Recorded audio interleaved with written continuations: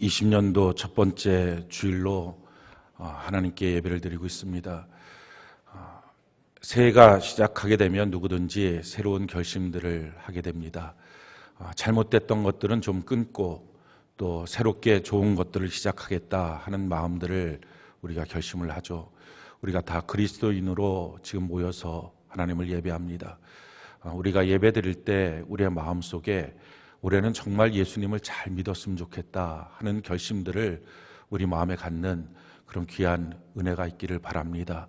그것이 바로 그리스도인이겠죠. 세상 사람과 다른 것, 세상 사람들이 도무지 결심할 수 없는 것, 예수 믿기 때문에 우리는 예수님이 가장 귀하니까 그 어떤 것보다도 예수님만 계시면 되니까 이 믿음이 우리 안에 있으니까 올해 무엇보다도 예수님을 정말 잘 믿고 싶다 하는 결심들 아마 갖고 계실 거고요.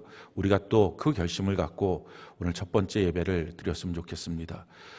예수를 잘 믿겠다고 결심을 하지만 과연 무엇이 예수를 잘 믿는 건지, 어떻게 예수를 믿어야 되는지 잘 몰라서 예수 잘 믿는 것이 무엇인지를 모르고 신앙생활을 하는 경우들이 있습니다. 오늘 말씀을 통해서 예수 잘 믿는다는 게 뭔지, 어떻게 예수 믿고 사는 건지 우리가 이것을 좀 깨닫게 되기를 바랍니다.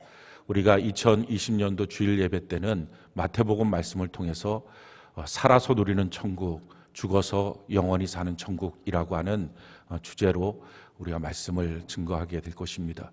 그래서 정말 하나님이 우리에게 주시는 이 천국의 삶이 무엇인지를 좀 다 경험하게 되는 은혜가 있기를 바랍니다. 오늘 첫 번째 시간인데 아브라함과 다윗의 자손 예수 그리스도라고 하는 제목으로 하나님 말씀 증거하겠습니다. 말씀드린 것처럼 우리가 예수님 잘 믿는 것, 어떻게 믿어야 될 것이냐, 특별히 올해 우리 영시예배 말씀 1년 동안에 우리에게 주시는 말씀은 믿음으로 사는 삶입니다. 우리가 과연 예수 잘 믿는다는 게 뭐냐? 사실은 예수 잘 믿는다는 것은 2000년 전에 예수님이 이 땅에 오셔서 십자가에 못 박혀 죽으시고 부활하심을 통해서 이미 다 열어놓으신 것입니다. 우리가 무엇인가를 새롭게 개척하는 것은 아닙니다. 근데 이미 다 열어놓으신 길, 우리의 모든 죄를 속량하시고 또 우리를 구원하시고 우리에게 의인의 삶을 다 주셨는데 이것을 우리가 믿음이 없어서 누리지 못하는 것입니다. 꼭 부산을 가야 되는데 부산 가는 고속버스 앞에 부산 간다 써 있는 것을 보면서도 그걸 믿지 못해서 타면 가는데 발만 동동 구르고서 나 부산 가야 되는데 하고 있는 사람처럼 하나님의 말씀인 성경에 다 기록이 되어 있는데 이 기록되어 있는 것을 믿지 못하기 때문에 하나님이 예비하신 것들을 다 누리지 못하는 그리스도인들이 참 많습니다. 하나님이 예비하신 것들 그 믿음으로 누려야 되는데 과연 우리가 무엇을 믿고 어떻게 누리는지 우리가 말씀을 통해서 보기를 바랍니다. 우리가 믿어야 될 것이 무엇입니까? 갈라디아서 2장 20절 올해 약속의 말씀이죠. 우리가 한번 한 목소리 한번 읽어봅시다. 시작. 내가 그리스도와 함께 십자가에 못 박혔나니 그런즉 이제는 내가 사는 것이 아니요 오직 내 안에 그리스도께서 사시는 것이라.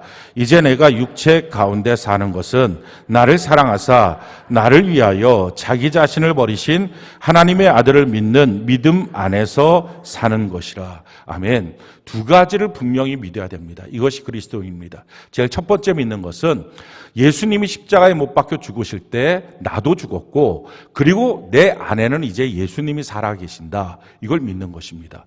두 번째 우리가 믿어야 될 것은 내 안에 살아계신 예수님은 나를 사랑해서 나를 위해서 자기 목숨을 버리신 나를 사랑하시는 그 최고의 분이시다. 이걸 믿는 것입니다. 먼저 예수님 십자가에 못 박혀 죽으실 때 나도 죽었고 예수님이 이제는 내 안에 살아계신다. 이걸 믿는 것은 속죄 제물에 대한 전가의 법칙입니다. 이건 하나님이 정하신 법칙입니다. 그래서 속죄 제물을 드릴 때는 내가 죄를 지어서 이 죄를 용서받기 원할 때는 죄 없는 재물 하나를 끌고 갑니다. 소나 양이든지 흠없는 것을 갖고 가서 내 죄를 거의 안수해서 전가하고, 그럼 죄가 전가가 되는 거죠.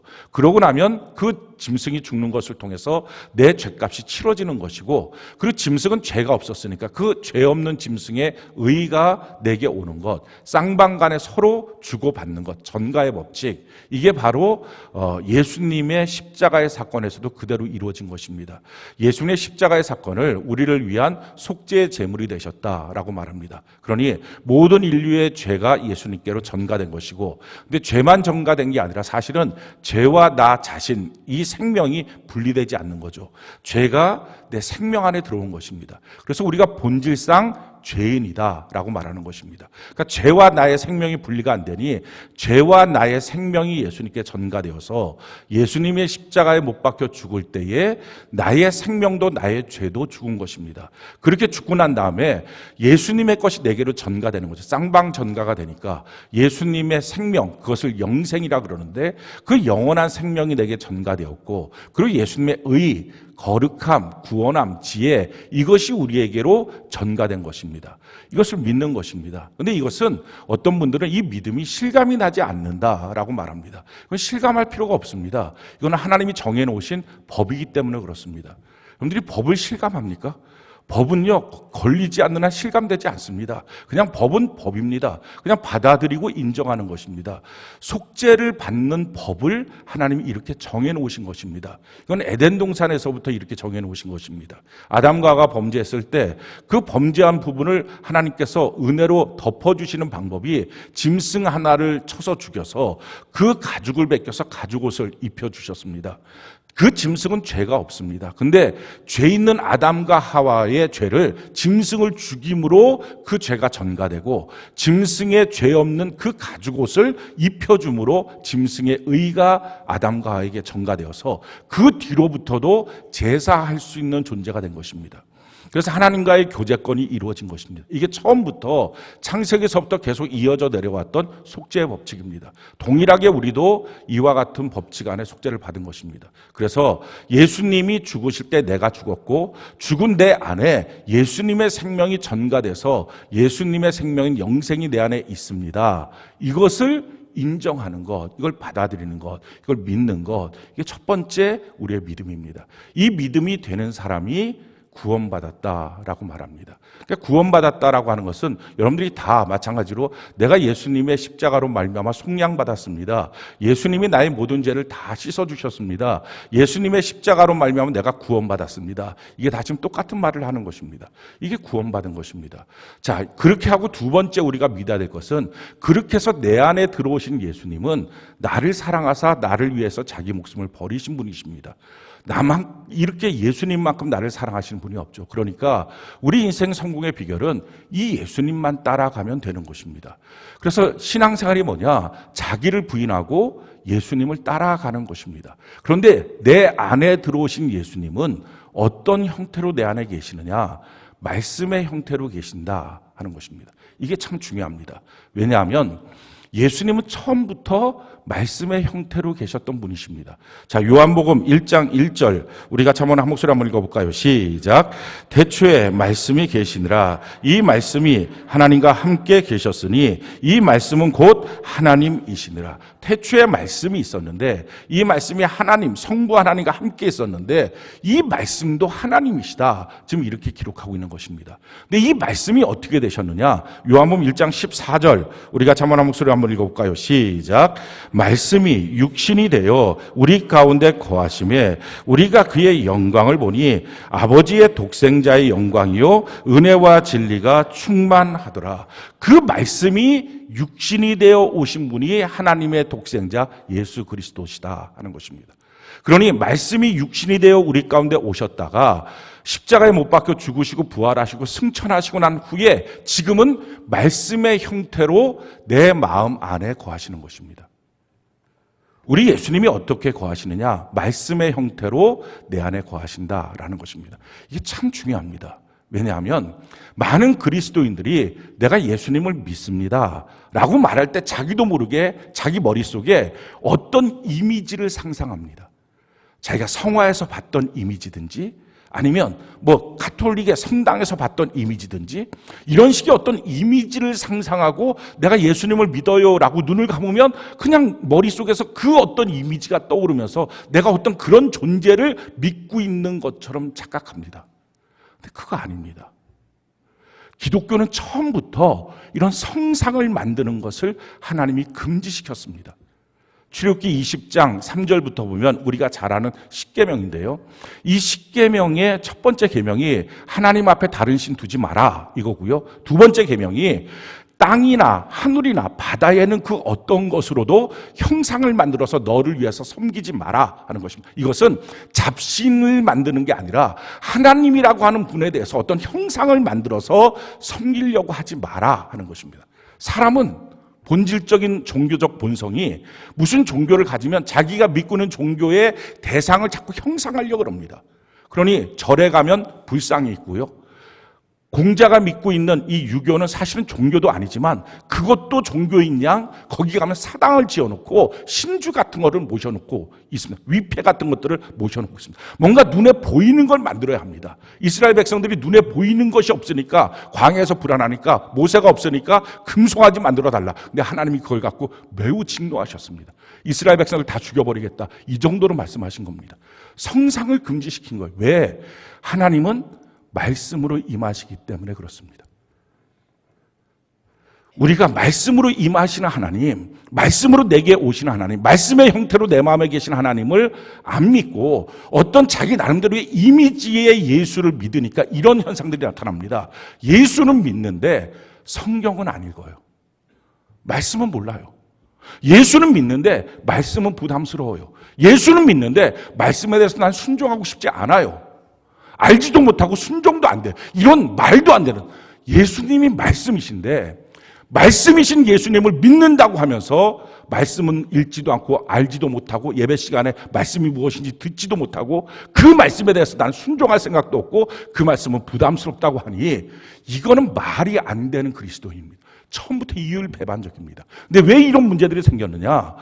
말씀의 형태로 내 마음에 계신다는 것을 모르고 그냥 자기 나름대로 예전에 믿었던 신들은 다 형상이 있었으니까 그것처럼 예수에 대해서도 형상을 만들어 놓은 것입니다. 가톨릭의 가장 큰 잘못, 마리아 숭배 사상도 있지만 더 큰 잘못은 성상 만들어 놓은 것입니다. 가톨릭 성당에 가면 성상들 많습니다. 베드로의 모습도 있고 마리아의 모습도 있고 예수님의 모습도 있고 이런 성상들이 많습니다. 근데 사실 처음에 성상을 만든 것은 잘못되게 만든 건 아닙니다. 그들이 로마에 있다가 유럽으로다가 복음을 증거하고자 할 때 유럽에 있는 사람들은 글을 다 몰랐습니다. 글 모르는 사람한테 가르쳐줄 수 있는 성경에 대해서 예수에 대해서 복음을 증거해야 돼 가르쳐줄 수 있는 방법이 없으니까 우리 어린아이들 글 모르는 아이들한테 그림을 통해서 복음을 증거하는 것처럼 그림을 그려서 가르쳐줬습니다. 그게 성화입니다. 근데 그림을 그려놓는 걸 갖고서는 그들이 실감을 잘 못하니까 그걸 갖고 성상을 만든 것입니다. 모양을 아예 만들어 놓은 것입니다. 시청각 교육을 한 거죠. 근데 문제는 그렇게 하고 복음을 증거하면 글을 가르쳐서 성경을 읽게 해야 되는데 그걸 안 한 겁니다. 그냥 거기에 멈춰선 것입니다. 그러다 보니까 면죄부 파는 엉뚱한 짓하고 성경에 전혀 상관도 없는 그런 일들을 가톨릭이 미신으로 완전히 빠져버린 것입니다. 말씀은 없고 그냥 성상만 믿고 산 것입니다. 그래서 종교개혁이 일어났죠. 종교개혁의 가장 첫 번째 외침이 뭡니까? 오직 성경으로 해요. 하나님은 말씀의 형태로 우리 가운데 임재하신다. 이것입니다. 그러니까 그렇게 믿지 않고 지금 혹시 여러분들도 어떤 이미지로 예수를 믿고 있다면 그거 잘못된 신앙입니다. 그런 예수 없습니다. 그러니까 그렇게 예수를 믿으니 예수 믿는다고 하면서도 말씀 들을 생각도 안 하고 예수 믿는다고 하면서도 성경 안 읽어도 예수 믿는 것처럼 착각하고 사는 것입니다. 그건 그리스도인 아닙니다. 그것을 성경은 우상 숭배자라고 말합니다.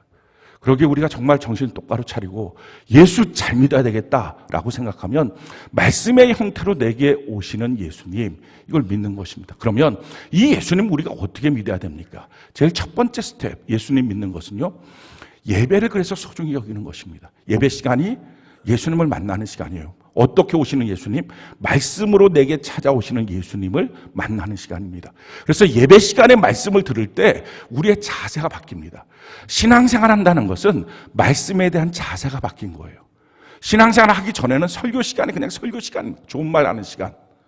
성경은 그냥 좋은 것 있는 글 이렇게 생각합니다. 근데 신앙이 들어오면, 믿음이 들어오면 설교 시간이 하나님의 말씀이, 할렐루야, 하나님이 내게 주시는 약속의 말씀이구나, 성경을 보면서 이것이 내 인생의 길이고 진리고 생명이다, 달라지는 거예요.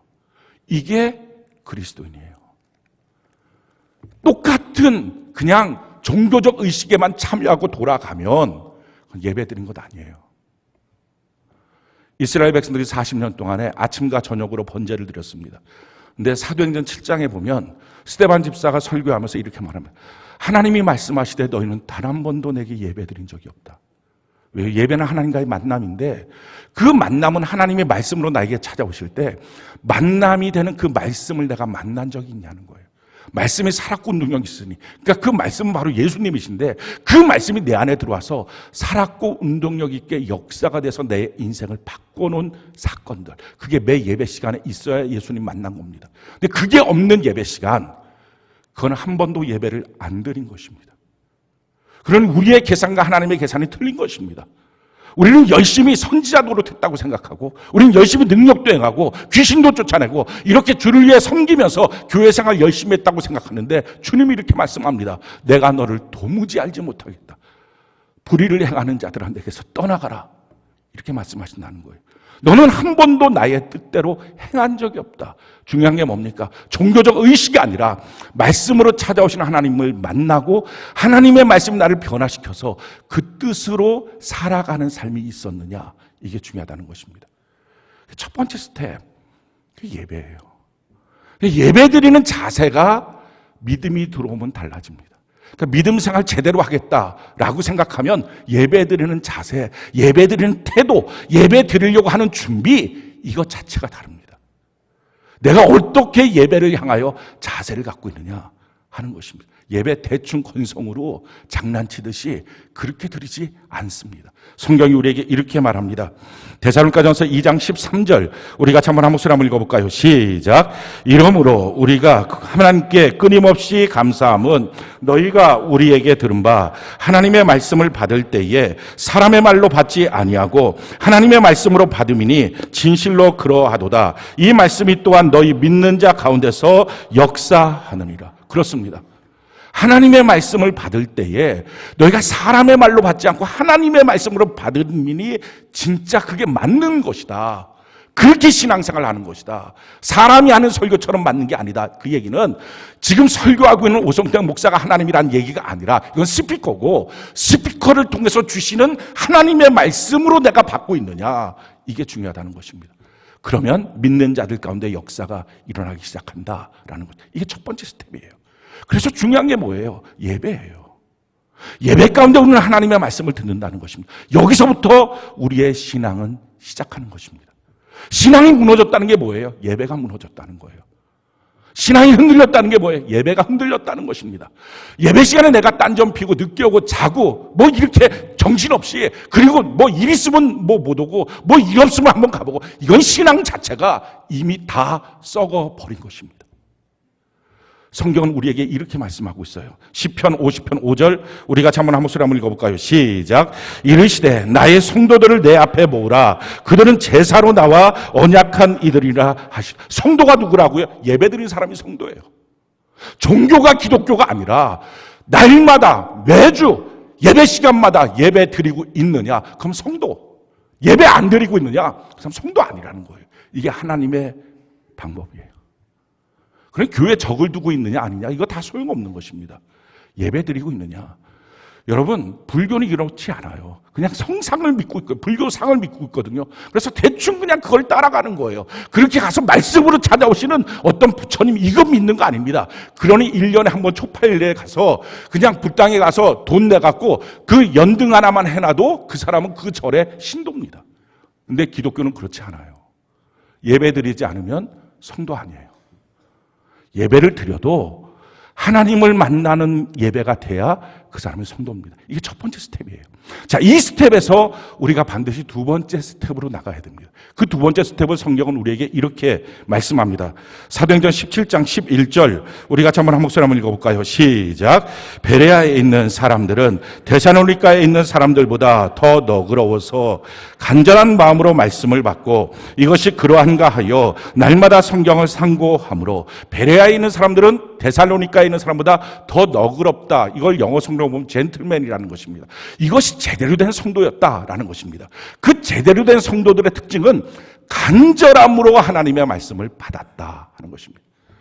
여러분들이 하나님의 말씀을 들을 때, 예배 시간 나왔을 때 간이 절절해야 됩니다. 이럴 때 말씀으로 찾아오시는 예수님을 만납니다. 그렇지 않고 그냥 대충 폼 잡고 앉아있는 거, 예배 참여했다, 아무 소용없습니다. 간이 절절함으로 예수님을 만나. 이 간이 절절하다라고 하는 것, 말씀으로 찾아오시는 예수님을 만나지 못하는 이유는 딱 한 가지입니다. 우리 마음밭이 다 망가져서 그렇습니다. 길가밭이든지 돌짝밭이든지 가시떨기든지 이런 마음밭이 되니까 하나님의 말씀에 씨가 떨어져도 역사가 일어나지 않습니다.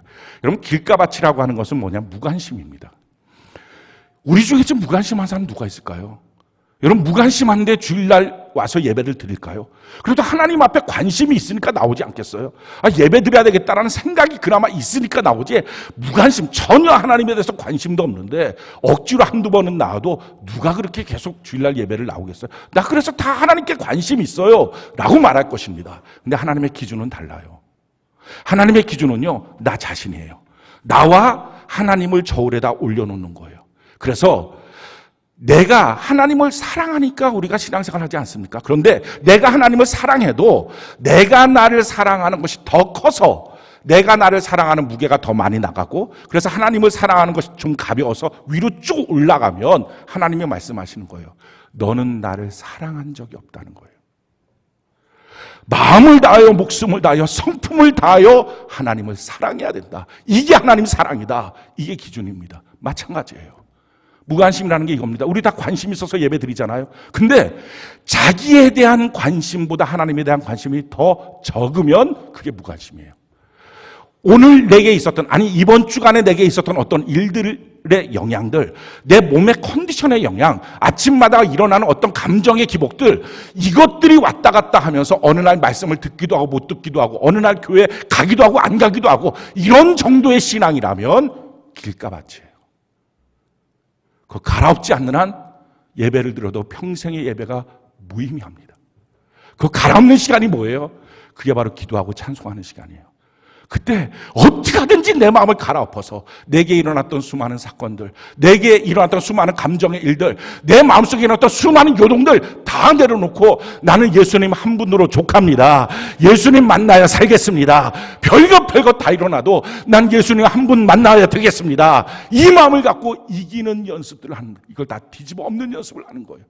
그러니 가정 형편 때문에 부부간에 싸워서 이런 문제 저런 문제 때문에 감정이 안 좋아서 컨디션이 안 좋아서 예배 못 나옵니다. 이게 다 길가예요. 싹 다 갈아엎어야 돼요. 돌짝밭이 있어요. 이 돌짝밭에도요, 씨가 뿌려져도 이게 열매가 안 맺습니다. 말씀을 통해서 나를 찾아오시는 하나님을 만나지 못하는 이유, 돌짝밭이기 때문에 그렇습니다. 이 돌짝밭이라고 하는 것은요, 뿌리가 안 내려가는 거예요. 하나님이 뿌리 내리라고 한 곳도 있어요. 근데 거기에 뿌리가 안 내려가요. 내 교회일 수도 있고요, 내 영적 리더일 수도 있고요, 내 가정일 수도 있고요, 내 셀일 수도 있어요. 내게 주신 사명의 터전일 수 있어요. 근데 그 어떤 곳이든지 무엇이든지 한두 군데에 뿌리가 안 내려간 거예요. 안 내려가고 나면 참 신기하죠. 말씀 듣고 은혜를 받다가 어느 순간인가 가면 그 부분을 터치하는 말씀이 있을 때는 확 무너져요. 시험 들어요. 가정 안에서의 문제, 자기가 뿌리를 못 내렸는데 가정에 대한 메시지가 증거되면 확 시험 들어요. 영적 리더와의 관계가 뿌리가 안 내려졌는데 그 말씀을 들으면 확 시험 들어요. 그러니까 이게 뿌리가 안 내려가면 안 되는 거예요.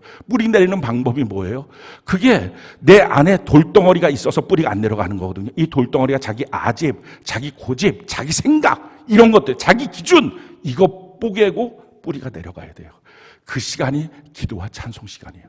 그러니까 기도와 찬송부터 예배드리지 않으면 예배 실패자가 된다는 것입니다. 가시떨기가 있어요. 그 밭은요, 염려, 걱정, 근심, 세상의 허영으로 꽉 차 있는 밭입니다. 이런 맛들로 갖고 있으면 하나님의 말씀이 떨어져도 말씀이 안 들립니다. 그러니 여러분들 중에 어떤 사람은 못된 신앙으로 오랫동안 신앙생활 하신 분들이 있을 것입니다.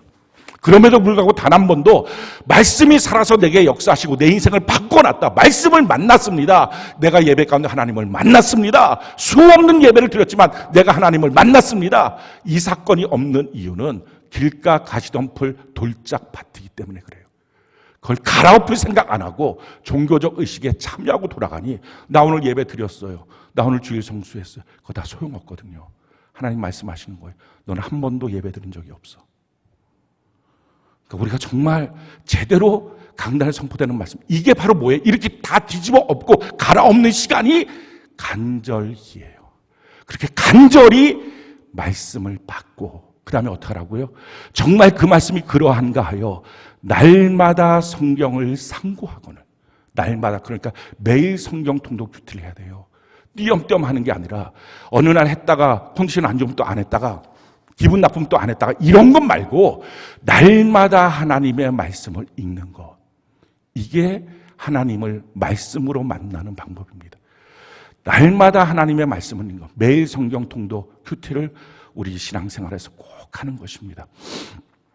그래서 신앙생활에 대해서 이렇게 우리에게 설명을 하고 있어요. 신명기 28장 13절로 14절 우리가 한번 한 목소리 한번 읽어볼까요? 시작. 여호와께서 너를 머리가 되고 꼬리가 되지 않게 하시며 위에만 있고 아래에 있지 않게 하시리니 오직 너는 내가 오늘 내게 명령하는 내 하나님 여호와의 명령을 듣고 지켜 행하며 내가 오늘 너희에게 명령하는 그 말씀을 떠나 좌로나 우로나 치우치지 아니하고 다른 신을 따라 섬기지 아니하면 이와 같으리라. 자, 신앙생활의 두 가지 축을 말씀합니다. 오늘 내가 너희에게 명령하는 그 말씀을 따라서 좌로나 우로나 치우치지 말라. 그러니 신앙생활은 옛날에 내가 들었던 말씀 한두 마디, 내가 알고 있었던 기억하고 있는 말씀 한마디 이거 믿고 사는 게 아니라 오늘 말씀 있냐는 거예요. 오늘 큐티에서 오늘 내게 주시는 말씀 받았냐는 거예요. 그러니 그거를 큐티를 저녁 때 밤에 숙제하듯이 해버리면 그게 무슨 소용이 있습니까? 하루 동안 사는 동안에 뭐 이거는 저런 일들 하면서 사는 동안에 말씀 없이 살았으니 그리스도인이 아닌 것입니다. 왜? 그리스도인은 어떤 형상의 예수를 따라가는 게 아니라 말씀으로 찾아오신 예수님을 믿고 사는 것인데 자기 안에 오늘 내게 주시는 말씀이 없기 때문에 그렇습니다. 반드시 큐티하셔야 합니다. 혹시 여러분들 가운데 신앙생활 하는데 큐티 안 해도 괜찮은 것처럼 신앙생활을 해왔다면 크게 잘못한 것입니다. 그럼 비성경적입니다.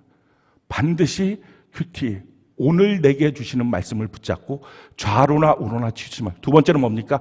다른 신을 따라 섬기지 않는. 이게 무슨 말이냐면은 하나님을 우상 만들지 말라라는 것입니다. 어떤 형상으로 만들지 말라. 말씀으로 내게 찾아오신 하나님을 반드시 만나야 된다 하는 것입니다. 강단의 말씀을 여러분들이 하나님의 말씀으로 듣고 그리고 성경을 날마다 상고하는 신앙생활. 왜요? 예수님은 말씀의 형태로 내게 오시기 때문에 그렇습니다. 말씀의 형태로 내게 오신다는 사실을 믿지 않고, 아니 그걸 알지도 못하고 그냥 예수라고 하는 어떤 이미지를 놓고 믿고 사니까 성경이 말하고 있는 신앙생활과 영 어긋난 신앙생활을 하면서도 전혀 문제의식이 없는 것입니다. 자기 신앙생활 별 문제 없이 하고 있다고 생각합니다. 큰일 납니다. 그게 마지막 날에 심판의 족속이 됩니다. 교회 나오는 거 대충 나오지 마십시오. 정말 제대로 예수 믿고 나오셔야 합니다. 그런데 이 두 가지가 갖춰진 사람이 지금 구원의 길을 가고 있는 사람입니다. 예수님을 따라가는 삶을 사는 것입니다.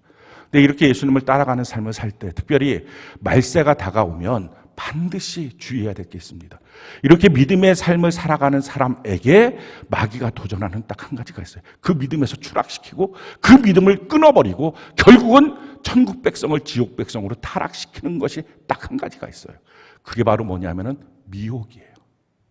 그래서 마지막 때에 예수 믿는 성도들, 강단의 말씀을 하나님의 말씀으로 듣고 성경을 읽으면서 하나님의 말씀을 믿음으로 살고 있는 그들이 정말 조심하고 주의해야 될 것은 누구든지 미혹의 영이 있다는 거예요.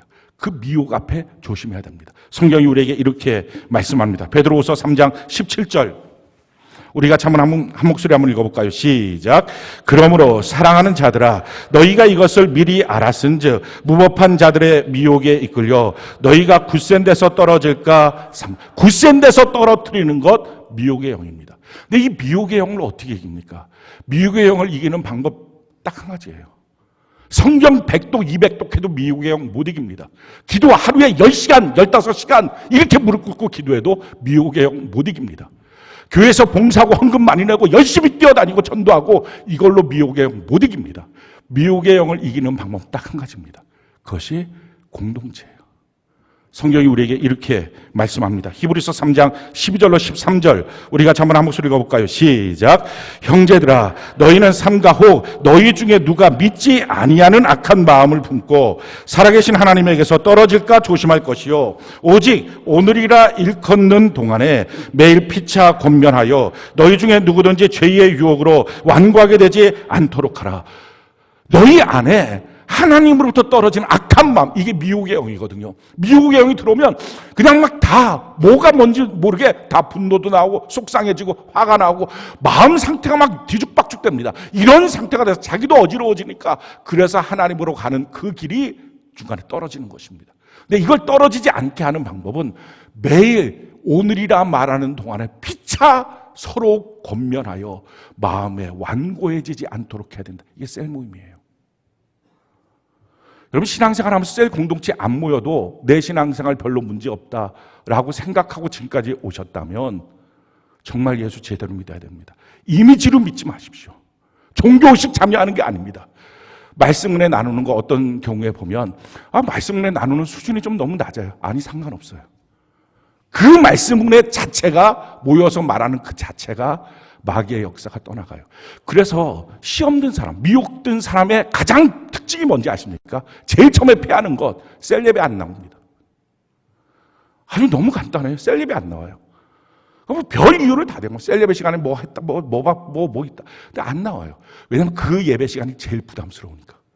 대중적으로 모여서 예배 드리는 거, 기도하는 것, 그건 합니다. 근데 사실 해도 이미 마음밭이 점점 무너지고 있는 거죠. 완고해지고 굳어지는 것입니다. 무관심해지는 것입니다. 자기의 생각, 자기의 일이 더 커지기 시작합니다. 그러니까 예수를 위해서 자기의 일을 희생할 생각 자체를 안 합니다. 스케줄이 생기면 일로 달려갑니다. 이미 길가밭이 돼가고 있는 거예요. 근데 자기 혼자 모르고 있는 거예요. 근데 그런 부분들이 셀 예배를 안 드리면서 마음이 점점 완고해진 미혹의 영을 이겨낼 방법이 없습니다. 근데 이 미혹의 영에 빠져 있는 사람들이 미혹의 영부터 벗어나는 가장 간단한 방법, 셀 예배 2주만 드리면 그냥 쉽게 해결됩니다. 시험에 더 이상 오래 있는 사람이 자체가 없어요. 그러니까 마귀는 혼자 있으면 공격 대상이에요. 한 사람이면 패하겠거니와 두세 사람이면 이길 수 있다. 이게 하나님의 말씀인 것입니다. 그래서 마지막 때가 되면 될수록 성경이 우리에게 말하는 거, 모이기를 패하는 습관들을 마귀가 우리에게 심어줄 텐데 그 습관대로 모이기를 패하는 대로 살지 말라는 것입니다. 성경이 우리에게 이렇게 말씀합니다. 히브리서 10장 25절 우리가 한번 한 목소리 읽어볼까요? 시작. 모이기를 패하는 어떤 사람들의 습관과 같이 하지 말고 오직 권하여 그날이 가까움을 볼수록 더욱 그리하자. 모이기 패하지 말고 항상 모여야 된다. 셀로 모여야 된다. 뿐만 아니라 모이는 것뿐만 아니라 히브리서 3장 13절에 보면 오직 오늘이라 일컫는 동안에 매일 피차 권면하여, 그러니까 셀은 근본적으로 일주일에 한 번 모이는 게 아니라 매일 피차 권면이 돼야 됩니다. 근데 시간적으로 공간적으로 우리가 그게 안 되기 때문에 해야 될 일은 큐티하고 반드시 큐티밴드에 올리는 것입니다. 올려서 다 봐야 합니다. 올린 사람 그냥 그게 아니라 올리고 나면 나머지 사람들 큐티한 내용 자기가 읽고 또 다른 사람들도 큐티 다 읽고 서로 읽으면서 서로 위해서 중보기도 하는 시간이 매일 피차 권면하는 시간입니다. 이게 미혹의 영을 이길 수 있는 유일한 비결이에요. 사랑하는 성도 여러분, 우리 신앙생활 할 때 성경의 원리들을 전혀 모르고 내 마음대로 신앙생활을 하니까 평생의 신앙생활을 해도 난 신앙생활 믿음의 삶을 살았다고 하는데 사실은 믿음의 삶을 안 산 것입니다. 여러분, 믿음의 삶을 살게 되면 어떤 일들이 생길까요?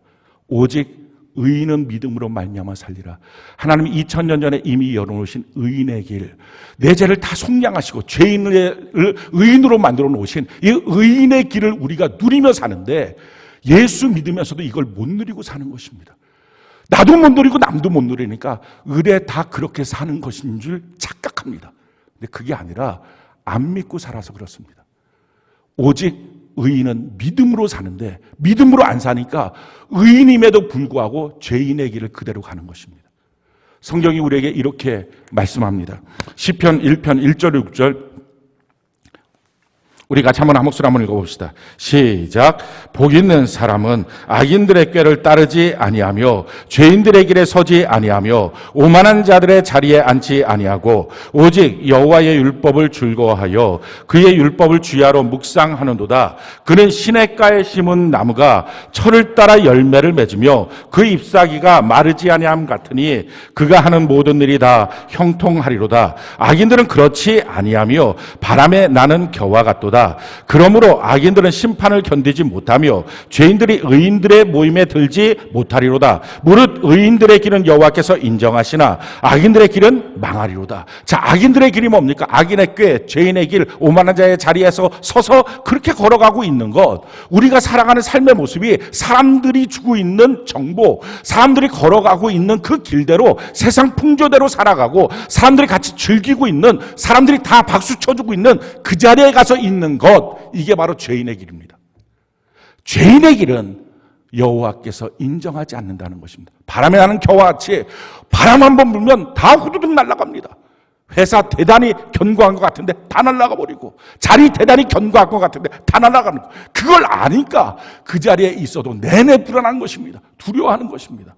그냥 그렇게 사는 것이 인생인 줄 알지만 그건 죄인의 길입니다. 의인의 길은 뭐라고요? 성경이 말합니다. 주야로 여호와의 말씀을 묵상하는. 그래요.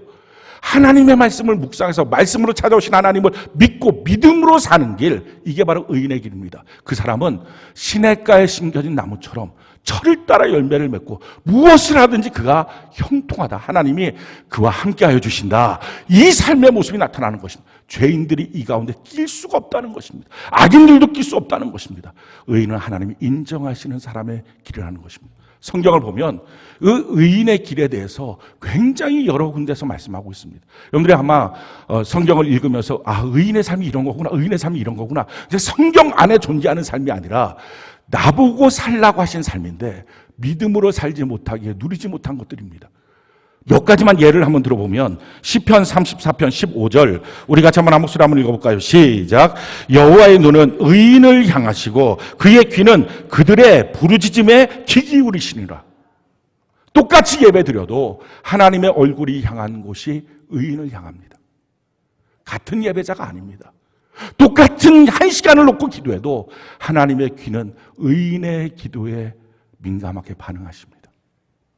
말씀을 믿고 행하는 자들. 그러니 내 사정이 급하니까 하나님이 들어주시겠지, 그런 거 없습니다. 내가 지성을 드리면 하나님이 들어주시겠지, 그런 것도 없습니다.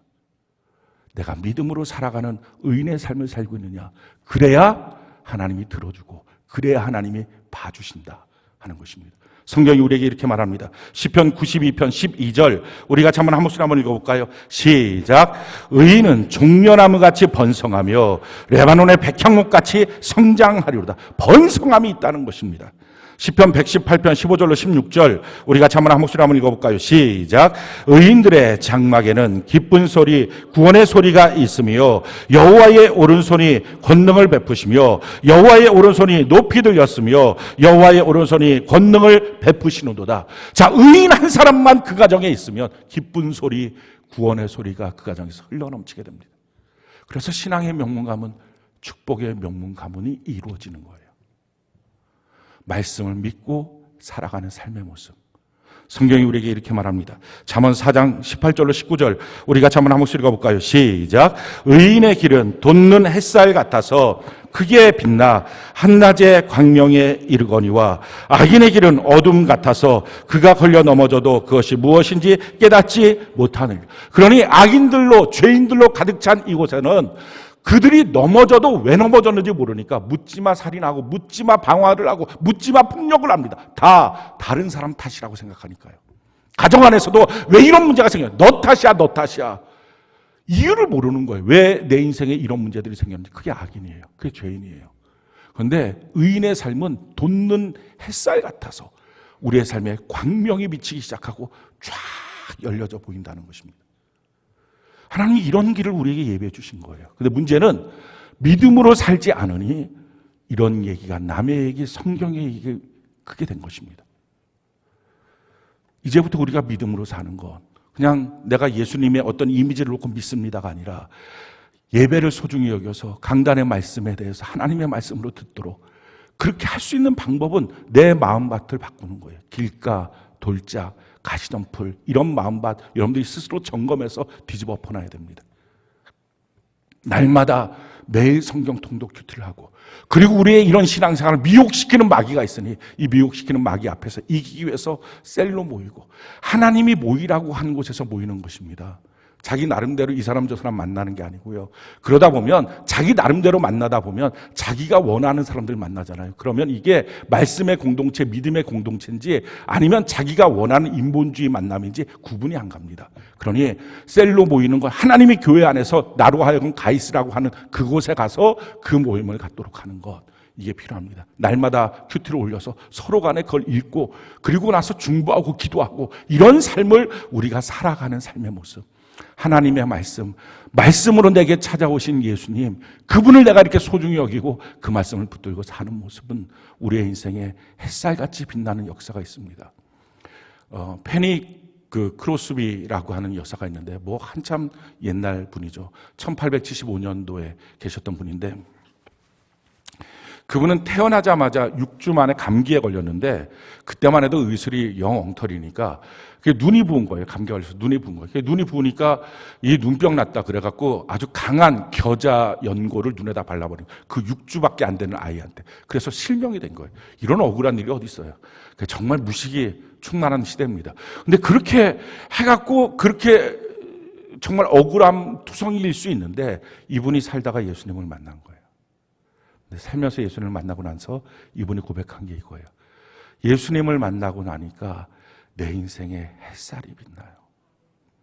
이 말씀을 그대로 말해요. 내 인생에 햇살이 빛나요. 그분이 8,000개가 넘는 찬양시를 썼어요. 그중에 우리가 잘 아는 찬양곡 한 곡도 있습니다. 찬송가 384장이에요. 그 가사를 보면 이런 가사예요. 그분이 쓴 것인데요. 나의 갈 길 다가도록 예수 인도하시니 내 주 안에 있는 궁율 어찌 의심하리요. 믿음으로 사는 자는 하늘 위로 받겠네. 무슨 일을 만나든지 만사형통하리라. 무슨 일을 만나든지 만사형통하리라. 믿음으로 산다는 걸 뭔지 아니까. 난 하나님의 위로를 받고 있어요. 내 인생에 햇살이 쫙 빛나고 있어요. 이 고백을 하는 것입니다. 사랑하는 성도 여러분, 이게 예수 믿는 거예요. 우리 올해 그냥 교회 다니는 사람 되지 말고 우리 다 저도 그렇고 여러분도 그렇고 예수 믿는 사람으로 살아갑시다. 그 예수님이 도대체 어떤 분입니까? 오늘 본문에 보니까 이 마태복음 1장 1절부터 17절까지의 내용은 예수님의 족보입니다. 그 예수님의 족보를 보면 1절에 아브라함과 다윗의 자손 예수 그리스도의 계보다, 예수 그리스도의 족보다 하면서 쭉 설명합니다. 이 아브라함과 다윗의 자손 예수 그리스도의 족보다라고 말할 때는 두 가지 의미가 그 가운데 있는 것입니다. 첫 번째 의미는요, 그 예수님은 우연히 태어나신 분이 아니라 약속의 아들이었다라는 것입니다. 성경이 이렇게 우리에게 말합니다. 갈라디아서 3장 16절 우리가 한번 한 목소리 한번 읽어볼까요? 시작. 이 약속들은 아브라함과 그 자손들에게 말씀하신 것인데 여럿을 가리켜 그 자손들이라 하지 아니하시고 오직 한 사람을 가리켜 내 자손이라 하셨으니 곧 그리스도라. 그러니까 아브라함과 다윗의 자손 예수 그리스도다. 이 다윗의 자손이라는 것도 다윗의 왕권을 영원히 받을 자라는 것입니다. 그러니까 유대인들의 관점에서 아브라함과 다윗의 자손입니다 라고 하는 말은 그냥 단순한 족보가 아니라 바로 그 말은 약속하신 메시아입니다. 이런 뜻입니다. 그러니까 약속하신 유일한 한 분, 예수 그리스도. 그분이 바로 우리의 메시아가 되신다라는 거예요. 왜 이분이 중요하냐? 성경이 우리에게 이렇게 말합니다. 창세기 22장 18절 우리가 한번 한 목소리 한번 읽어볼까요? 시작. 또 내 씨로 말미암아 천하 만민이 복을 받으리니 이는 내가 나의 말을 준행하였음이라 하셨다 하니라. 바로 그 예수 그리스도를 통하여 모든 사람이 복을 받습니다. 다른 어떤 것으로도 복을 받는 게 아니라 예수님을 통해서만 복을 받습니다. 그래서 성경이 우리에게 이렇게 말합니다. 요한복음 10장 9절 우리 같이 한번 한 목소리 읽어볼까요? 시작. 내가 물이니 누구든지 나로 말미암아 들어가면 구원을 받고 또는 들어가며 나오면 꼴을 얻으리라. 예수님만이 우리 인생의 문이 되어주신다 하는 것입니다. 빌립보서 4장 19절 우리 같이 한번 한 목소리 읽어볼까요? 시작. 나의 하나님이 그리스도 예수 안에서 영광 가운데 그 풍성한 대로 너희 모든 쓸 것을 예수 그리스도 안에서 채워주신다 라는 것입니다. 다른 이름 없어요. 다른 사람 없어요. 그래서 성경은 말합니다. 사도행전 4장 12절 우리 같이 한번 한 목소리 읽어볼까요? 시작. 다른 이로서는 구원을 받을 수 없나니 천하 사람 중에 구원을 받을 만한 다른 이름을 우리에게 주시느니 없음이라 하였더라. 오직 예수님만이 우리의 구원자가 되시고 예수님 안에서 우리는 다 복을 받을 수 있습니다. 예수 말고 예수를 떠나서는 복이 없습니다. 예수를 떠나면 그것은 아무것도 남지 않습니다. 전 세계 유일한 정말 예수 믿는 일이 잡혀 죽을 만한 곳, 가장 대표적인 곳, 북한 아닙니까? 우리 남한하고 북한하고 뭐 얼마 떨어져 있습니까? 정말 우리는 파주니까 잘 알잖아요. 서울 가는 것보다 개성 가는 게 더 가깝잖아요. 훨씬 더 가까운 이 북한, 땅이 다릅니까? 똑같은 땅이에요. 경기도 황해도 똑같은 땅입니다. 근데 왜 거기는 매년 흉년입니까? 왜 거기는 매년 못 삽니까? 아니 지금도 20년 전에 갔을 때도 10만 원의 처녀들을 팔아 넘깁니다. 지금도 똑같습니다. 안 변합니다. 왜 그럴까요? 거기가 훨씬 더 잘 살았던 지역입니다. 하나님이 없으면 복이 없는 거예요. 예수가 없으면 복이 없는 거예요. 이걸 아주 극명하게 우리에게 보여줍니다. 남한은 뭐가 잘났다고 이렇게 세계 10대 경제 대국이 됐습니까? 그냥 정말 난리를 쳐도 정치가 먹여 살리잖아요. 경제가. 참 용한 것 같아요. 정말 경제인들에게 박수 쳐주고 싶어요. 신년에. 근데 이렇게 만들어 놓은 것 사람들이 만들어 놨겠어요? 전 북한 사람들 보면 훨씬 더 멋있는 것 같아요. 말도 잘하고 동지들 이렇게 말하고 훨씬 더 남한 사람들 정치인들하고 북한 정치인들하고 살펴보면 걔네들은 막 백마 타고 뛰어다니고 우리는 얼마나 찌질하게 하고 다니고 사람 차이가 아닌 것 같아요. 하나님의 역사예요. 하나님이 계시면 복이 있습니다. 예수 그리스도 안에 모든 것이 풍성해지는 것입니다. 바로 예수님이 우리의 구원자가 되신다 하는 거예요. 또 한 가지 아브라함과 다윗의 자손 예수 그리스도의 족보다라고 할 때 이 아브라함과 다윗의 자손 예수 그리스도라는 것은 우리의 모든 허물과 죄가 있어도 예수님은 그걸 다 덮으실 수 있는 분이시다 하는 것입니다. 아브라함과 다윗이 대단하게 우리의 믿음의 조상이긴 하지만 위대한 사람은 아닙니다. 아브라함은 갈대아루에서 우상을 팔던 사람입니다. 우상 만들어서 팔던 그를 하나님이 찾아가셨어요. 그리고 나를 따라오라. 그래갖고 하란까지 갔습니다. 근데 갔다가 거기서 최소 8년 이상 아버지 죽을 때까지 거의 머물러 있습니다. 그러니까 우리도 비슷한 느낌이 있잖아요. 예수 믿는다고 따라왔다가 중간에 신앙 실족해갖고 또 흔들흔들하고 가만히 또 있고 그러다가 또 하란 땅에서 하나님이 또 찾아오셨어요. 그래서 데리고 갔어요. 가나안 땅까지 가고 나면 거기서 충성하느냐? 그것도 아니에요. 흉년 들자마자 바로 애굽으로 내려가요. 이렇게 돈에 약하고 이렇게 정말 주변 사람들에게 약하고 그것뿐이 아니에요. 자기 죽일까 봐. 그러니까 두려움도 너무 많아요. 자기 아내 2번씩이나 팔아먹고 이런 남자가 아브라함입니다. 다윗은 말할 것도 없어요. 자기 신하 충성들은 신하의 아내를 범하고 그 아들로 자기의 왕위를 이어버리고 이런 일들이 있었던 것이 바로 다윗입니다. 그런데 하나님이 그를 붙잡고서 쓰신 거예요. 그 안에서 예수 그리스도가 나온 거예요. 오늘 3절에 보니까요. 유다는 다말에서 베레스와 세라를 낳고 이 다말은 유다의 며느리입니다. 이게 무슨 족보가 이렇습니까? 그리고 5절에 보니까 살몬은 라합에게서 보아스. 이 라합은 여리고의 창녀입니다. 보아스는 룻에게서 이 룻은 남편하고 사별한 여인입니다. 그리고 6절에 보니까 다윗은 우리아의 아내, 자기 아내도 아니고 우리아의 아내에게서 솔로몬을 낳고 이 참 형편없는 이런 족보들 가운데서 예수님이 태어나셨습니다. 예수님이 이걸 다 덮어버리신 거예요. 그런 점에서 가만 보면 우리 과거가 그렇게 중요한 것 같지 않아요. 근데 과거에 어떤 상처가 있든지 아픔이 있든지 실수가 있든지 죄가 있든지 괜찮아요. 예수 그리스도는 이 모든 것을 덮어주십니다. 그래서 성경이 우리에게 이렇게 말씀하십니다. 고린도서 5장 17절 같이 한번 한번 읽어볼까요? 시작. 그런즉 누구든지 그리스도 안에 있으면 새로운 피조물이라 이전 것은 지나갔으니 보라 새 것이 되었도다. 아멘. 그러니 새 것이 된 것입니다. 두려워 말고 걱정도 하지 말고 염려도 하지 말고 과거의 잘못된 일들 때문에 움츠러들지도 마시기 바랍니다. 사랑하는 성도 여러분, 근데 최고의 복음이 뭡니까? 마태복음이잖아요. 마태, 마가, 누가, 요한, 성경 66권 중에서 이 네 권만 복음이에요. 복음이 뭐냐면 기쁜 소식인 거예요. 왜 이게 복음이냐? 예수 그리스도의 말씀과 생애가 담겨 있어서 그렇습니다. 이게 왜 우리에게 기쁜 소식이냐? 이 예수님이, 우리의 모든 죄를 다 덮어버리시는 예수님이, 우리의 구원주가 되시고 우리에게 복의 근원이 되시는 예수님이 지금 우리 마음속에 말씀의 형태로 계신다. 이것 때문에 복음이에요. 할렐루야. 나와 그 예수가 무관하다면 그게 무슨 복음이겠어요? 근데 지금 예수님이 말씀의 형태로 우리 안에 계십니다. 우리가 어떻게 살아갈까요? 올 한 해 정말 말씀 소중히 여기고 예배 소중히 여기고 큐티하고 모임 소중히 여겨서, 그래서 우리의 믿음을 지켜서 믿음으로 살아가다가 하나님이 주시는 의인의 삶, 저도 여러분도 다 누리며 살아가서 우리가 예수 믿는 이유가 이거였다고 이 땅에서 누리는 천국, 그걸 누려봐야 영원히 죽어서도 살 수 있는 천국을 기대하지 않겠습니까? 이 땅에서 한 번도 천국의 맛을 보지도 못했는데 영원한 천국은 어떻게 우리가 기약하겠어요?